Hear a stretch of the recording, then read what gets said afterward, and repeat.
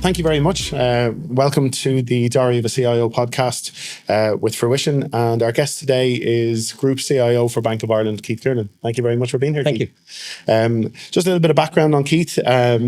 So, as I said, he's Group CIO in Bank of Ireland at the moment, ex-RSA, O2 and 123. Am I correct in saying that? That's right. I may have missed one or two of the early ones, but I think that's 3 years. also chairman of Aware, the mental health charity, which is and been involved in that for a long time. 7 years now. 7 years, okay.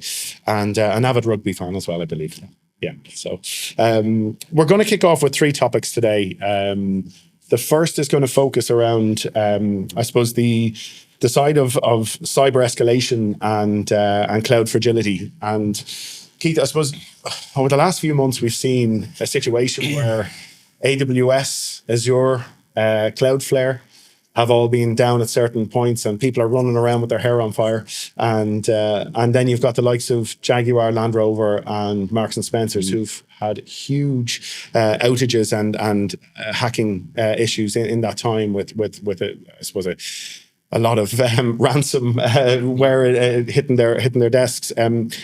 The question I have is from your side, with a huge amount of security investment, and they're still hitting those breaches. What do companies in this day and age do, and what does real resilience look like in the security space? Yeah, look, it's been an unprecedented year, hasn't it? Yeah. I mean, if you think about cyber attacks in 3 different buckets, you've got those ransomware ones about brands that we all know, the Co-op, JLR, Marks and Spencers, and then we've got kind of key infrastructure. But actually probably some of the more worrying ones are the software.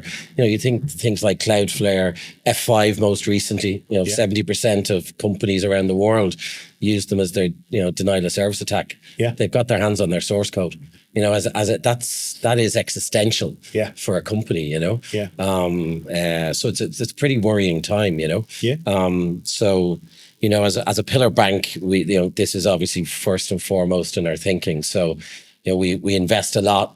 We think a lot about the resilience piece, about that kill chain and stopping things as far left as possible. But we also spend a lot of time practicing.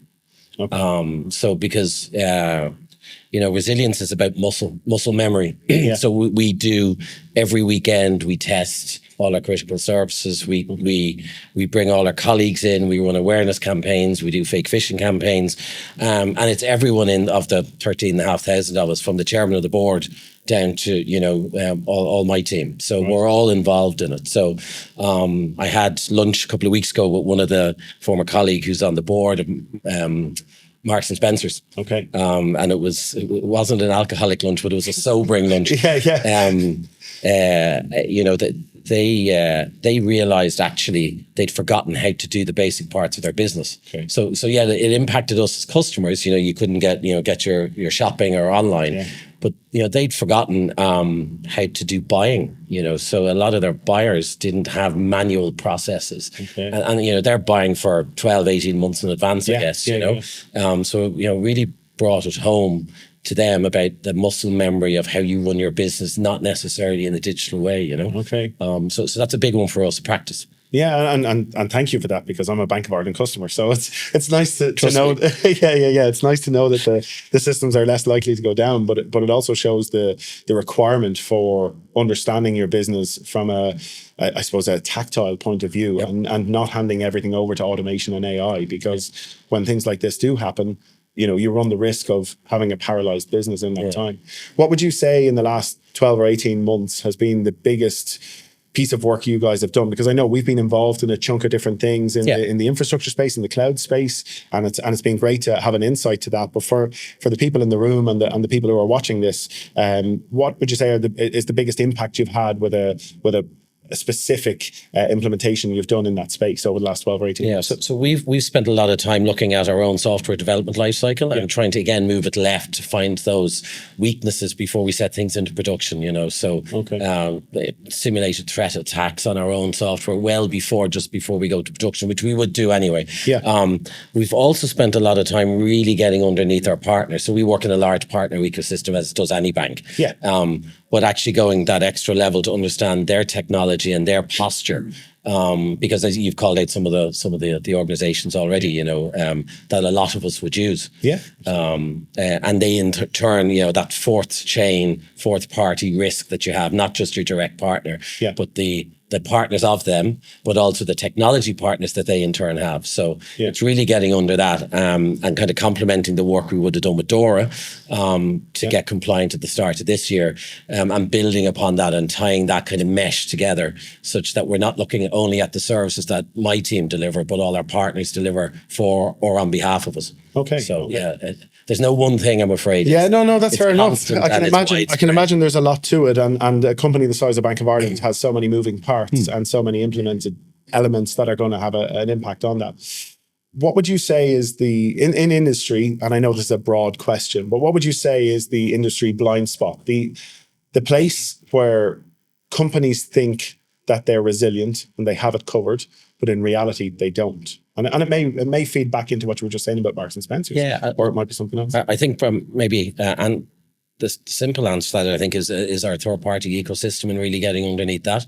The bit I'm probably more worried about is if you look at some of those ones you've talked about, they've all been from the inside approximately, you know, someone's got in through some phishing or smishing attack, got privileged credentials and sat there for a long period of time, understood the ecosystem that they're trying to attack, and they went after it. So hence for us why cyber awareness weeks, you know, testing and training is just so important for all of our colleagues. Because, you know, that's a very expansive threat landscape that you have to handle, you know. But again, understanding and working with our partners is really key. And you mentioned the training of the colleagues. Is that down as far as your tellers? Is that down? Everyone? It's literally right across the group. So regardless of whether you're tech or anything else, you have to understand. Absolutely everyone in the organization.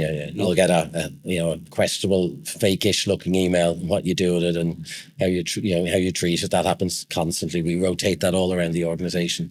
And then part of our compulsory training is cyber awareness training. Okay. And I'm assuming there's testing of that as well, in terms of you're sending out these internal phishing emails to see how people react to that as well. Yeah. Okay. And you have to. I mean, it's hygiene stuff, you know. Of course, keep the place resilient. The next piece I wanted to cover, Keith, was traditionally we've seen CIOs rising through the ranks from your engineering piece, whether that's applications development, whether that's infrastructure, whether it's security, whatever it might be.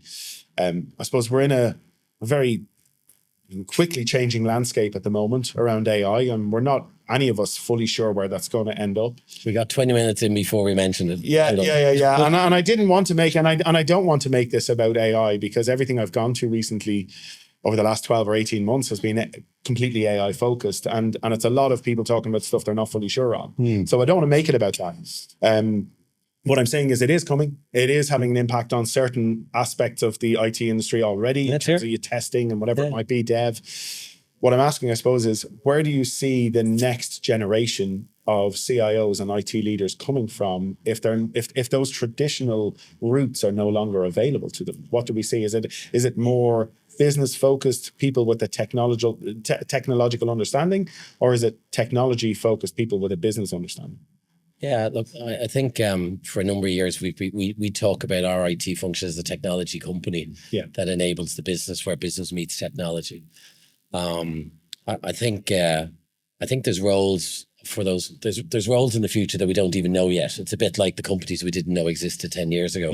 And I don't think we've worked that out. I think one of the biggest questions for me with AI, not just in banking, but in any industry, particularly in professional industries, the traditional method has been you start as a junior solicitor, you learn how to do very basic things, you move up the partner track, and then ultimately become, if a senior counsel or a barrister or a partner at a company. If AI is going to do that work, how do you become the partner? So actually the business model is changing. And the other perspective is too, I think the thing we grapple with a lot is, how do we use AI? Because we haven't got our heads around how to optimize and use it yet, right? Kind of got off your question. So to go back to it, I think those leaders of the future will have to be able to learn quickly and pivot at a pace that we've never really had to do before, or are doing now. We talk about, you touched a little bit about, technology, the velocity of technology change. The the capability of what we can do as this matures and we get our head around it, we just don't have the concept of. But I do certainly feel that the pace will be the force multiplier in all of this. So I think the ability to adapt and change while at the same time be really aware of what's going on out there. Because, you know, a lot of us are busy. You know, you want to spend more time getting your head over the parapet and see what's going on. Yeah. And that's that tension about, you know, keeping the lights on, keeping your customers safe, delivering change for your business while keeping an eye on close and emerging trends. Yeah. Particularly in a regulated environment as well, you know. Yeah. So I don't think we've worked it out yet, because I don't think we've got those jobs worked out yet in the future of what AI will enhance. Not necessarily replace. I think everybody jumps to replace. Yeah. But that kind of agentic skill set that will enhance the roles that we have today, which means some of the roles we have today will change as well. They won't be just AI roles, you know. Absolutely, and we see it in our own industry. You know, the age of the AI recruiter is coming. You know, and over the last 25 years, you know, every new technology that arrived was the end of the recruiter. Right. And thankfully, we're still here having a bit of lunch with you today. So that's nice to see. But, you know, AI is in one way a threat to our industry, but also, I suppose, it's a prime example of how we have to utilize the skill and utilize the technology in our industry without allowing it to become the industry. Because I think the key part of what we do as a business and what recruiters do as a business the world over, successful ones and ones that build proper relationships, is to be able to have a human connection, to understand your business, to understand each individual team within your business, and identify, when talking to candidates, who is the right fit, both technically, but also from a human perspective, from a social skills perspective. And I think that's what we as a business are very good at, and lots of our competitors are very good at, that I don't believe anytime soon AI will be able to deliver. I suppose if you're working in a different industry where potentially it is, you know, it's high volume recruitment, perhaps there's an answer in AI for that in the near future, whereby they can deliver quickly a number of people that you can just bring in to fill slots.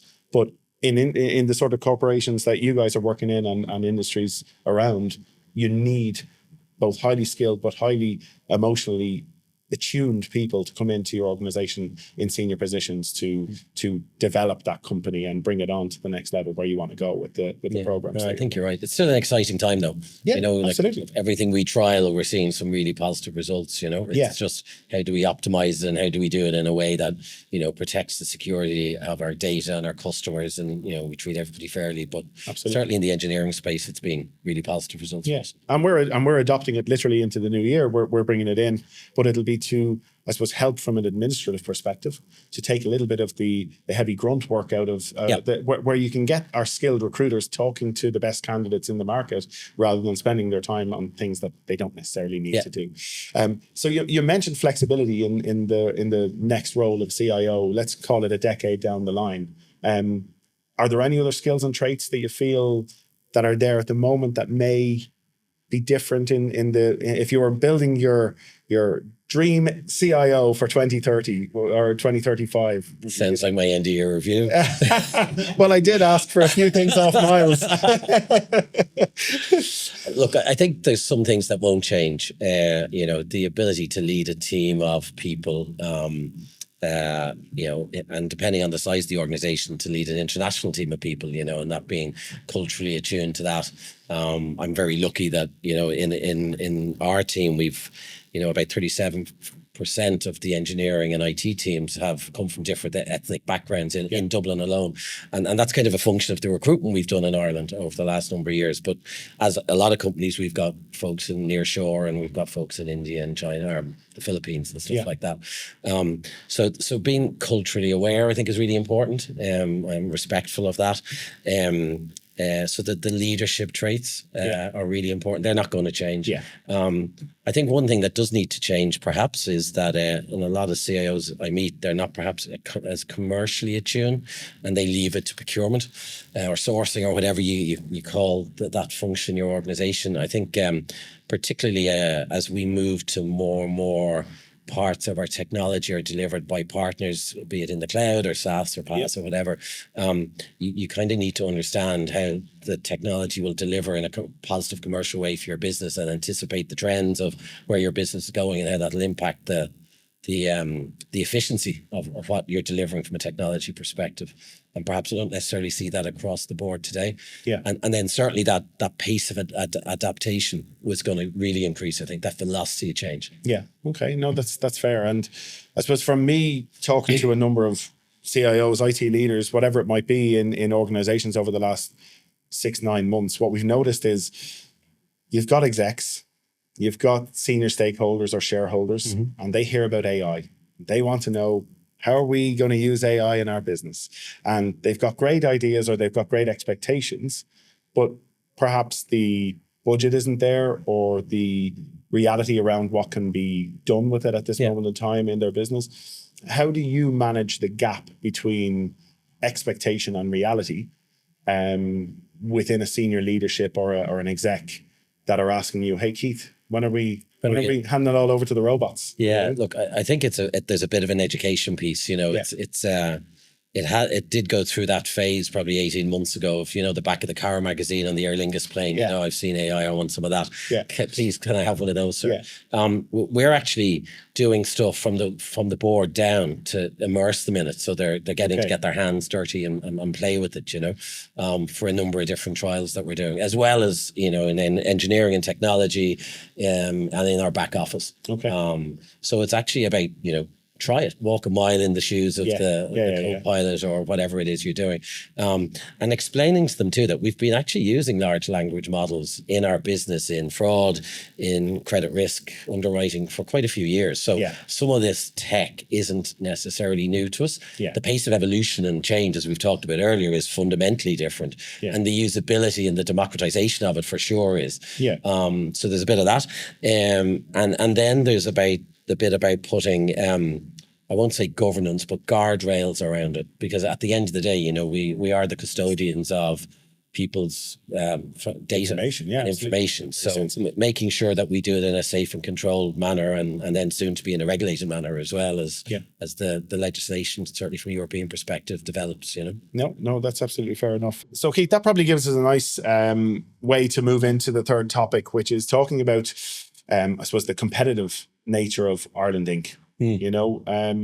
30 years ago, we were starting our journey into the Celtic Tiger. We didn't know about financial crashes. We didn't know subprime mortgages or any of that stuff. But we had what was emerging at that time as a really experienced, knowledgeable, young, technically focused workforce.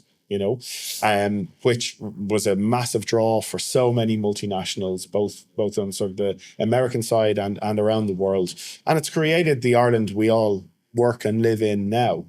I guess the question I have for you is, we look at the regulatory piece in the EU around AI, and I will stay on this for the moment because it's kind of relevant in the overall conversation. We look at the regulatory piece that we have in the EU at the moment, and we're looking at the US being so, I don't know if blasé is the right word, but definitely there's a freedom of expression I'm being as politically correct as I can here and saying a freedom of expression around the AI piece in the US. And I'm wondering, are we at risk of falling behind in sort of both the global AI race, but also shutting off Ireland as a place of innovation for technology companies as we move forward and away from traditional technology?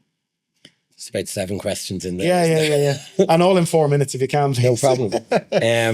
So no, I don't think we've lost our edge of that skilled, technology capable workforce. I think that's still there. It attracted a lot of those brands that you've alluded to.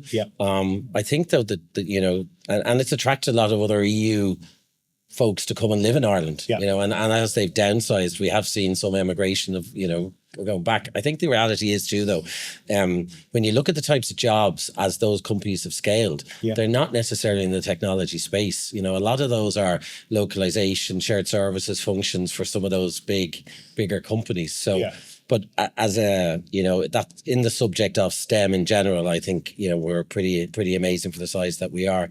One of the things I would observe as well is, those technology companies have spawned a lot of smaller companies here and founder companies here. Yeah. So I think innovation and creativity here is alive and really exciting, whether that's in chip design, yes, in AI and AI startups, but in lots of other technology companies that have been amazing success stories here and globally. You know, look at the two Collisons. Yeah. You know, they are on the cusp of... They're doing all right.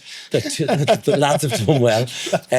But, you know, they were quite revolutionary how they thought about payments and payments channels, which was very much a closed shop globally, and they're making great strides. They're very successful, and how they're positioning themselves for AI, I think, is going to be really exciting for them. Yeah. On the US EU piece, I think, look, we have a bit of a unique card we play and balance very finely. Yeah. But, you know, at the end of the day, you know, the EU has been very, very good for Ireland, and I don't think we'll change our course away from that in any time soon, you know. Yeah. But it is a challenge having to particularly if you work and trade with the US. Yeah.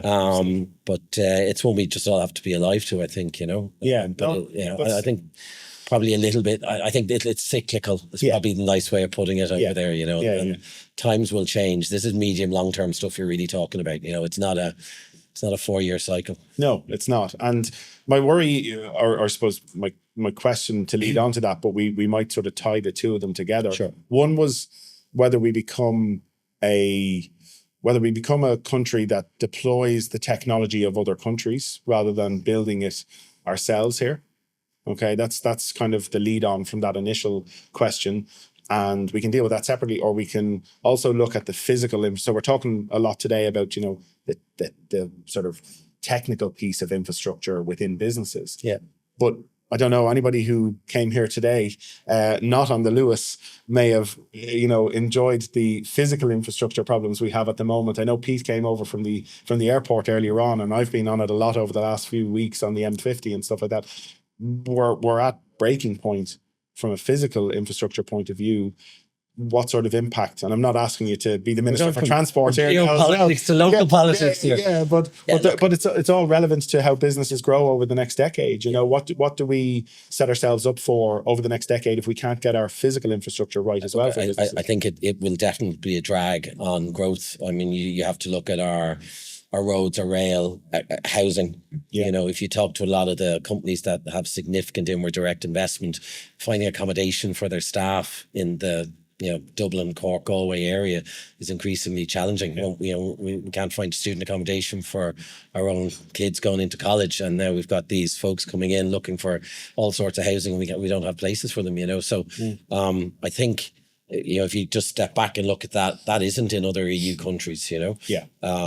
So it's something we just got to fix it, you know. And yes, we don't have a tram system to come from the airport, Pete, but not yet. Not yet. Metro's been coming for 15 or 20 years. It should be here by 2040.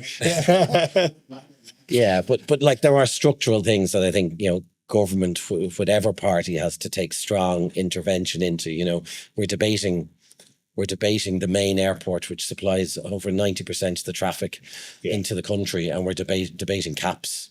You know, if you ever wanted to see how to stop growth in the country, you know, cap the amount of people that come to it, fly into it. You know, so but it's gone past urgent. Yeah, you know, it really is critical at this stage. No, absolutely. Yeah.